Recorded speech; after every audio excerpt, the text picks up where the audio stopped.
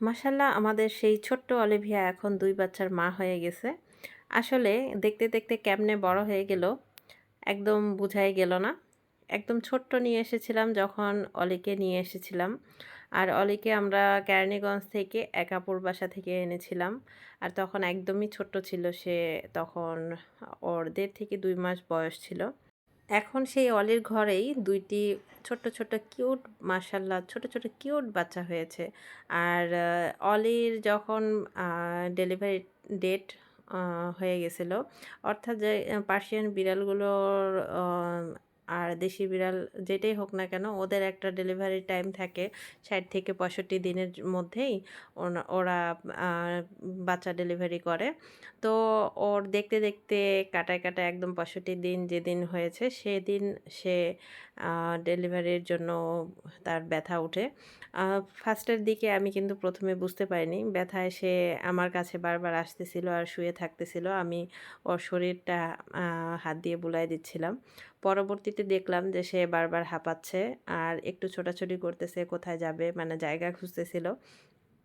যাদের বিড়াল আছে তারা আসলে আ ডেলিভারির জন্য আলাদা একটা স্থান নির্ধারণ করে দেয় যেন তারা সেখানেই থাকে। তো বিড়ালরাও আসলে আ বুঝে যে কোথায় কি করতে হবে।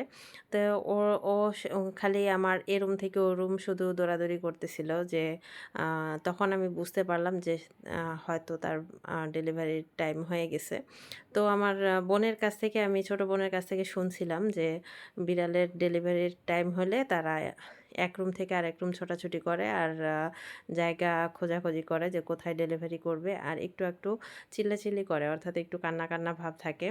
আ আর বারবার ওদেরকে আদর করতে হয়। তাহলে আসলে প্রত্যেকটা প্রাণী কিন্তু অনেক আদরের।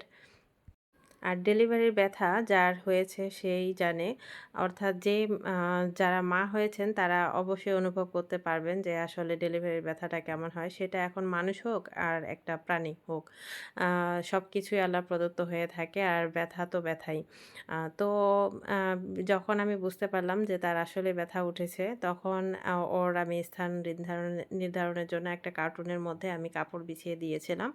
আমার ছোট বোন আমাকে একটু বলে দিয়েছিল যে, "এভাবে, এভাবে করবি তাহলে আ ওর জন্য ভালো হবে।" তো ওর সিম্পটম যেগুলো বলেছিল সেই অনুযায়ী ওর সিম্পটম গুলো ম্যাচিং হয়ে গেছিল। আর ডেটও যেহেতু একদম ওইদিন ঘনায় আসছিল, সেজন্য আমি আ সেই অনুযায়ী বুঝতে পেরে তখন একটা কার্টুনে দিয়েছিলাম। কার্টুনটা একটু ছোট হয়ে গেছিল। ওর নড়াচড়া যেন অসুবিধা না হয়। তো আমার ছেলে বলল যে, "আম্মু আমাকে দাও, আমি কার্টুনটা বড় করে দিচ্ছি।" তখন আমার ছেলে আর পাশের ভাবির ছেলে দুজনে মিলে ধরে কার্টুনটাকে কেটে তারপরে একটু সাইজটা বড় করে দিয়েছে যেন অলি সুন্দরভাবে সেখানে ডেলিভারি করতে পারে। এই তো মোটামুটি আ ও কার্টুনটাকে সেট করে দিয়েছে। আর এবার একটু বড়সড় হয়েছে কার্টুনটা। আর কার্টুনের মধ্যে কাপড় বিছিয়ে ফার্স্টের দিকে দিলাম যে ফার্স্ট টাইম ডেলিভারির পর কাপড়টা আমি পরে চেঞ্জ করে পাল্টিয়ে দেব। এদিকে অলিকে রেখে আমি কিন্তু একদমই নড়াচড়া করতে পারতেছিলাম না। মানে মনে হচ্ছিল যে মানুষের ডেলিভারির সময় যেমন মানুষের পাশে আরেকজন থাকলে ওদের সান্ত্বনামূলক একটা অনুভূতি থাকে। তো ঠিক অলির ক্ষেত্রেও সেরকমই আমার কাছে লাগলো। আর সে একটু পরে, পরে যখন একদম ব্যথায় কাতরায় তখন একটু রিল্যাক্সের জন্য একদম নিরিবিলি হয়ে একদম চুপ হয়ে যায়। আর যখন বেশি ব্যথা ওঠে তখন থাকে, থাকে আ অ পুশ করে। আর এই যে দেখতে পাচ্ছেন সে কিন্তু অনেক কষ্ট করে পুশ করতেছিল। আর পুশ করে আর একদম মনে হচ্ছিল যে অ অস্থির হয়ে আছে। তার যে আ চেহারাটা তখন এতটাই মানে নরম হয়েছিল দেখে আমারই নিজের কাছে খুব খারাপ লাগতেছিল। আমার মেয়ে তো স্কুল থেকে এসেই শুরু করে দিয়েছে আর সে এক মুহূর্ত অলিকে রেখে নড়াচড়া করে না। কোথাও যাবেও না, খাবেও না এমন শুরু করে দিছে। বলতেছে যে ওর কত কষ্ট হচ্ছে। ও তো কান্না করে দিছে। ছোট মানুষ, সে বুঝে না কোনো কিছু। আর বিড়াল আসলে আমার বাচ্চাদের জন্যই বাসায় রাখা। ওরা বিড়ালদের সাথে খেলা করে, টাইম স্পেন্ড করে। আসলে বাচ্চা-কাচ্চা বাইরে ঢাকা শহর যাবার তো জায়গা নেই। আ তাই বাচ্চাদের একটা খেলার সাথী হলেও কিন্তু মন্দ নয়। আর সেজন্যই বিড়াল রাখা। আমাদের বাসার ময়না পাখিটা মারা যাওয়ার পর আমরা ফার্স্ট টাইম বিড়াল এনেছিলাম বাসার জন্য যে বাচ্চাদের সময় কাটবে। তো যারা বিড়াল পছন্দ করেন তারা অবশ্যই জানেন বিড়াল আসলে কতটা আদরের হয়। ওদের একদমই বাচ্চাদের মতো এক্সট্রা কেয়ার নিতে হয়। তারপরও আলহামদুলিল্লাহ মাশাআল্লাহ অলি অনেক শান্ত একটা আম মেয়ে বিড়াল। তো এদিকে আলহামদুলিল্লাহ ও আল্লাহর রহমতে ২ টি বাচ্চা প্রসব করে ফেলেছিল।